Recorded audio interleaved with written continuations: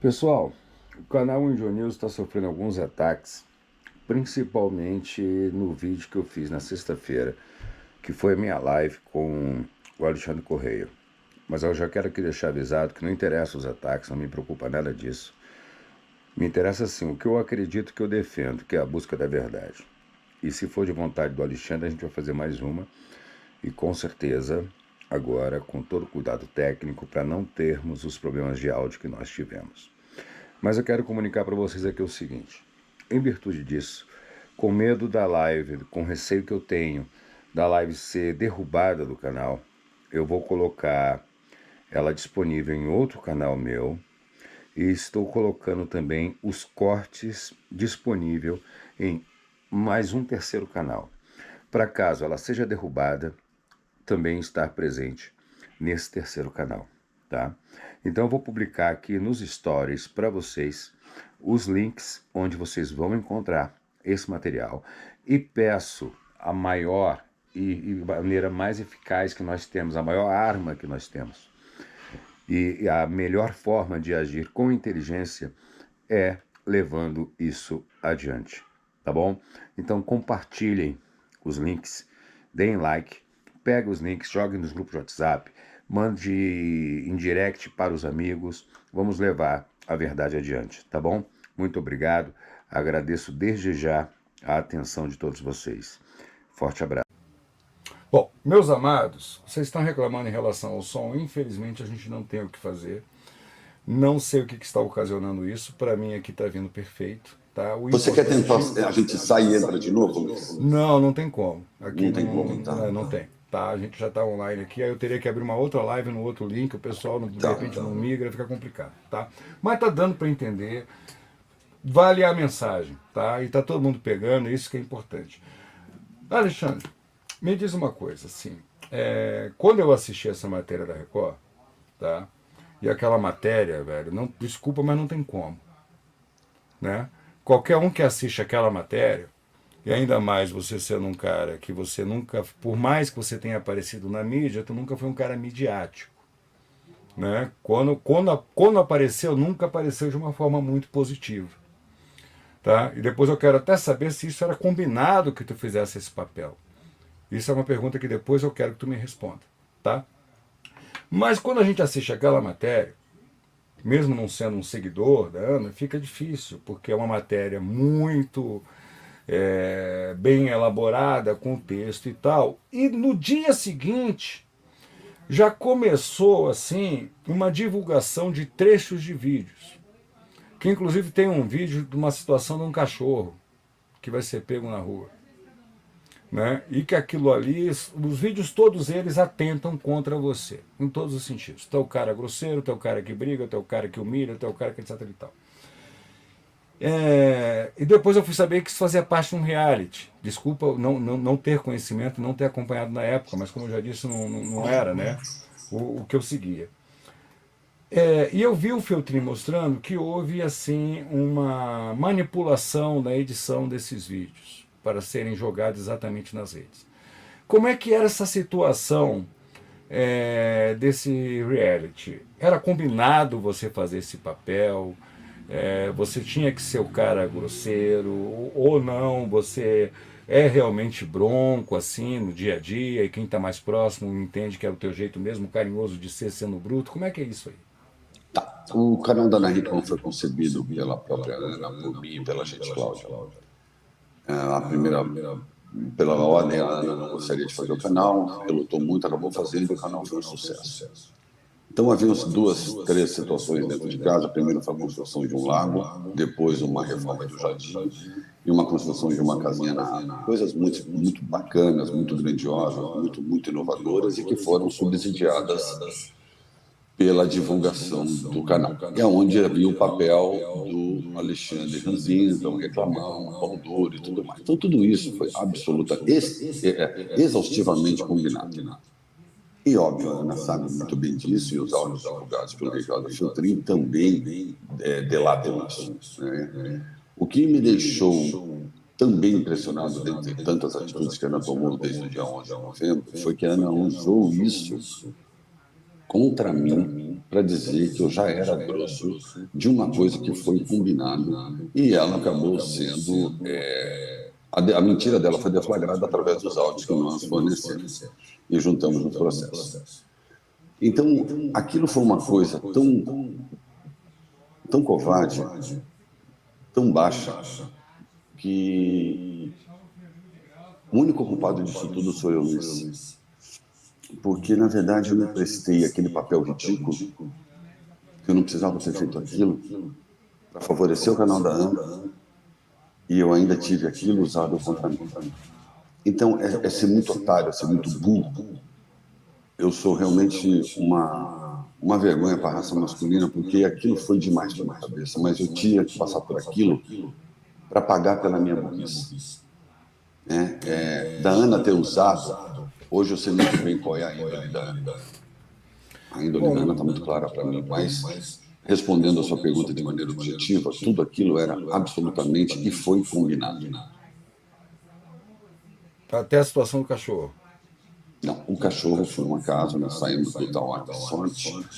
Ao entrar na rodovia, olhou-se para o ponto do ônibus, eu avistei o cachorro, peguei o celular, comecei a filmar, tinha uma pessoa com a gente, que era da retaguarda da área de assessoria de imprensa, a Thaís. A Ana pegou, a Ana sempre foi de resgatar animais e tudo mais. Ela foi lá, resgatou o cachorro e levou o cachorro, entendeu?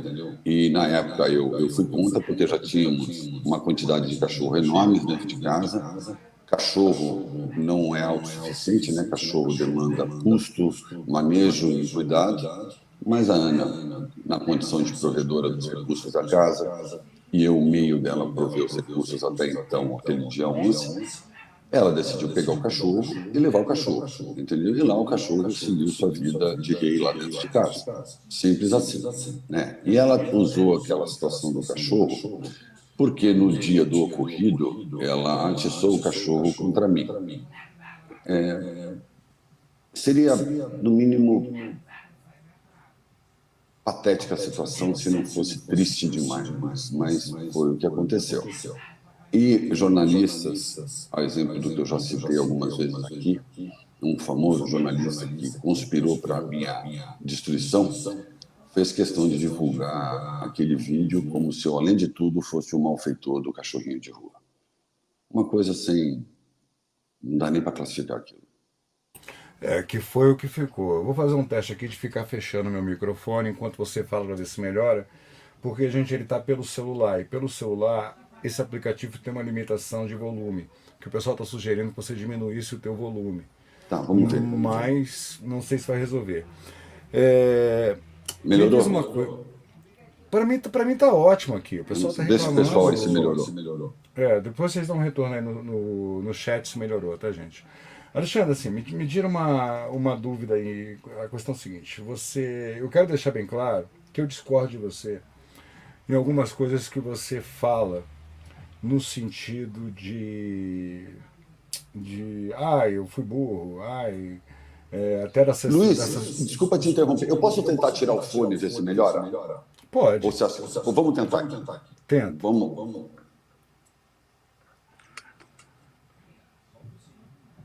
Fala aí. E aí, pessoal, tá com eco? Tá com eco, gente? Pra mim tá a mesma coisa. Tá, vou fazer uma pergunta agora para o Alexandre e vou fechar meu microfone enquanto ele responde para ver se melhora e vocês dão um retorno aí, tá? Uma coisa assim, eu vejo você sempre falar, eu sou culpado, eu fui burro. Na situação aí do talarico, você falar, eu sou corno, não sei o quê, eu discordo muito, cara. Então me desculpa. Porque, em primeiro lugar, na minha opinião, tá? Corno é aquele cara que sabe.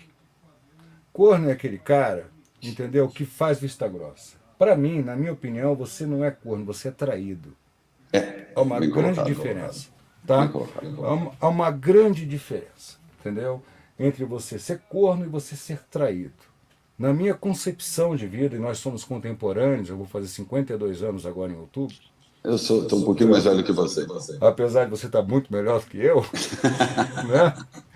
Mas eu discordo. Quando eu escuto você falar isso, eu falo, cara, eu discordo plenamente, entendeu? E é complicado a gente como homem, porque nós homens, pela nossa voz, pelo nosso porte físico, enfim, pelos nossos atributos, nós sempre temos uma imagem de vilania. Isso aí é fato. Né? Isso aí. O próprio machismo que a gente vive e produz nos coloca nessa posição. Homem não chora, homem tem que resolver no grito, homem é na porrada, homem é bruto, precisa de um homem em casa para trocar lâmpada, arrasta o móvel, não sei o quê. Só que isso tudo tem um preço. Né? Eu fui casado com uma pessoa que me agredia fisicamente. Tá? E óbvio que a gente se separou. Aí vocês vão me dizer, tá, mas por que você não deu queixa? Você, como homem, vá numa delegacia e diga que a sua mulher te bateu. Eu te desafio a fazer isso, porque eu Eu fiz. também. Eu fiz, e riram da minha cara. Primeira coisa que o detetive olhou para mim, o que você aprontou, rapaz? O que foi dessa vez? Então não adianta, gente. E muitas vezes a gente entra numa relação que a mulher vai lá, dá um tapa, dá um beliscão. Isso acaba, muitas vezes, naquele primeiro momento, até pelo machismo que a gente vive, sendo uma coisa gostosa.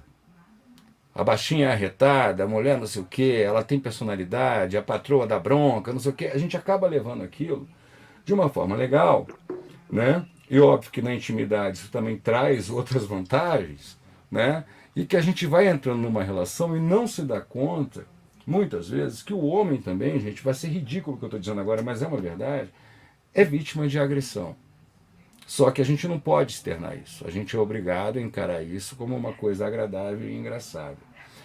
Eu ouvi alguns comentários e algumas matérias dizendo que você foi agredido várias vezes. Isso procede? Sim, procede. E como é que tu te sentia? Tu sentia nessa de que é legal, é a personalidade, ela é braba? Ou você se sentia já numa situação de que isso te machucava? Olha, Luiz, pelo meu histórico de atividade física e tudo mais, não é a mão da Ana Hickman ou alguma atitude da Ana Hickman corporal que vai me provocar dor que eu não possa simplesmente ignorar a dor. Tá? Sobre a condição da humilhação, aí nós temos alguns incontáveis capítulos nos últimos 3 anos que foi protagonizado gratuitamente. Então, eu trocaria qualquer ordem de agressão por não ter escutado o que eu escutei. Mesmo porque a agressão física dela a mim não causaria efeito nenhum, a não ser uma dorzinha momentânea, mas o que eu escutei, eu sei muito bem o que eu passei, né? E hoje passo por outros meios. Então, a gente não esquece. A gente não esquece. E o que me deixou profundamente impressionado foi a capacidade dela ter ido ao Domingo Espetacular e ter jogado no Esmeril 25 anos de história. Eu digo que, com exceção da existência do Alexandre, do meu filho, a única coisa que eu quero dos últimos 25 anos, Luiz, juro do fundo do meu coração, é esquecer o que eu vivi. Porque pensa numa grande bobagem, numa grande perda de tempo, numa grande... É você caluniar a si próprio, entendeu? E eu, quando acabou aquela reportagem, desculpa ficar naquilo, porque aquilo foi destruidor para mim, tanto que eu já Pelo relatei, amor de Deus, tanto que eu já como relatei é? que naquele dia eu ia até atentar contra a minha própria vida, fui socorrido.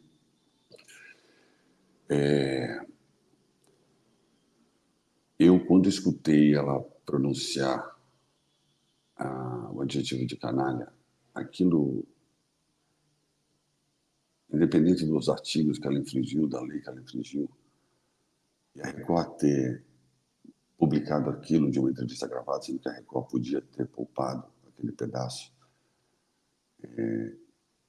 eu tive uma sensação de tempo perdido que eu não gostaria que qualquer outra pessoa sentisse. É uma sensação de vazio que a única coisa que te resta no momento é você querer deixar de existir. Porque alguém ir falar para milhões de pessoas que 25 anos foram uma tortura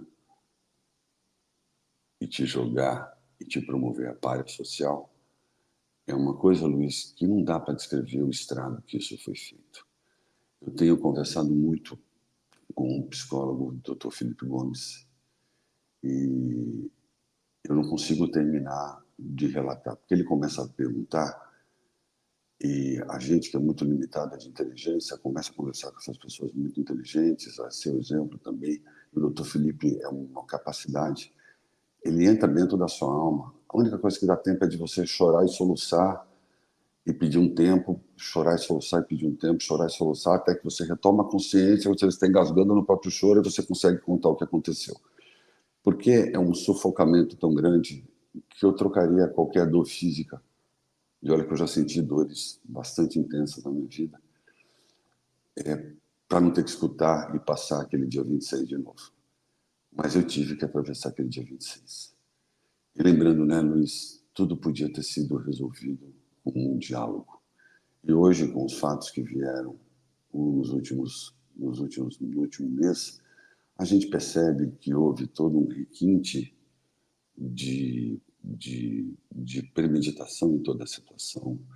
Há um grande responsável que instruiu a Ana a fazer tudo isso.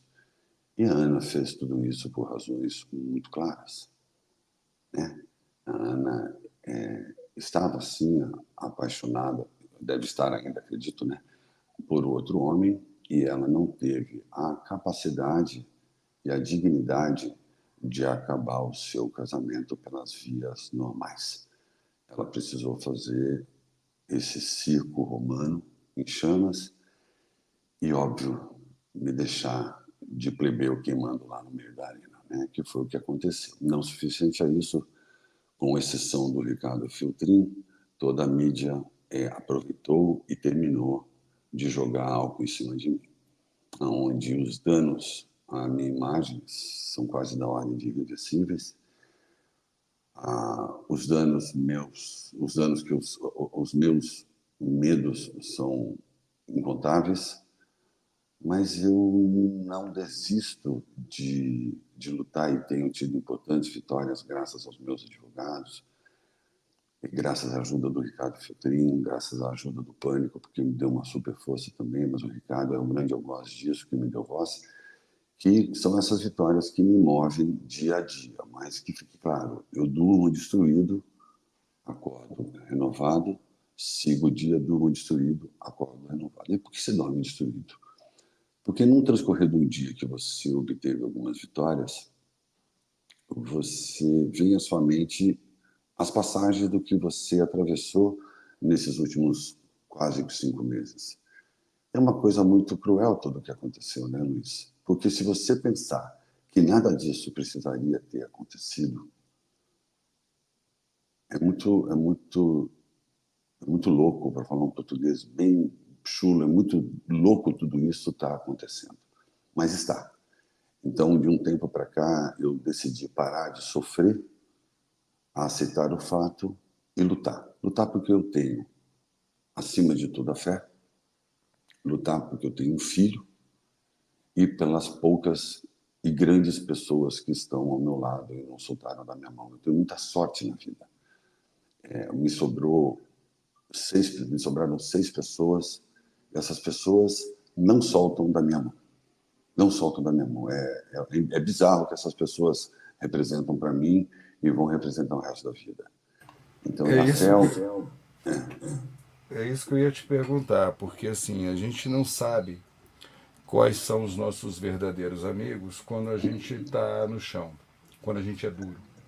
A gente não sabe quem são os nossos verdadeiros amigos quando a gente sobe na vida. A gente sabe quem são nossos verdadeiros amigos quando a gente sobe e cai quem continua contigo.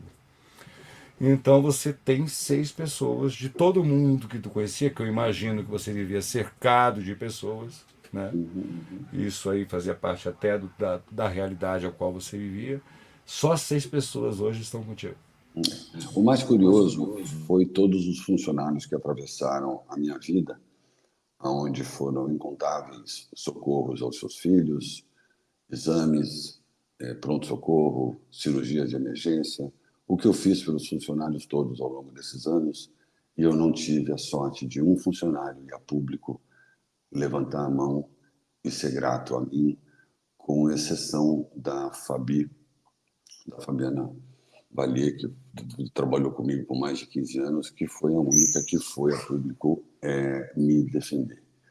O resto de todos os outros que foram beneficiados com os múltiplos momentos de bonança financeira, onde eu socorria mesmo, porque o funcionário era um telhado que caía, era um exame, era um filho que adoecia, era um remédio que faltava, o funcionário no meio do trabalho travava a coluna, eu levava para o hospital, incontáveis vezes. Nenhum levantou a mão para dizer, olha, nós temos um bom homem aí, esse bom homem está sendo mal julgado. Não, eu não tive essa sorte. Então, a gente reforça a teoria do tempo perdido. Eu não sei, Luiz, por onde eu estive nos últimos 25 anos. Eu sei, com exceção do meu filho, que eu estive onde eu nunca deveria ter estado. Essa é a única certeza que eu tenho.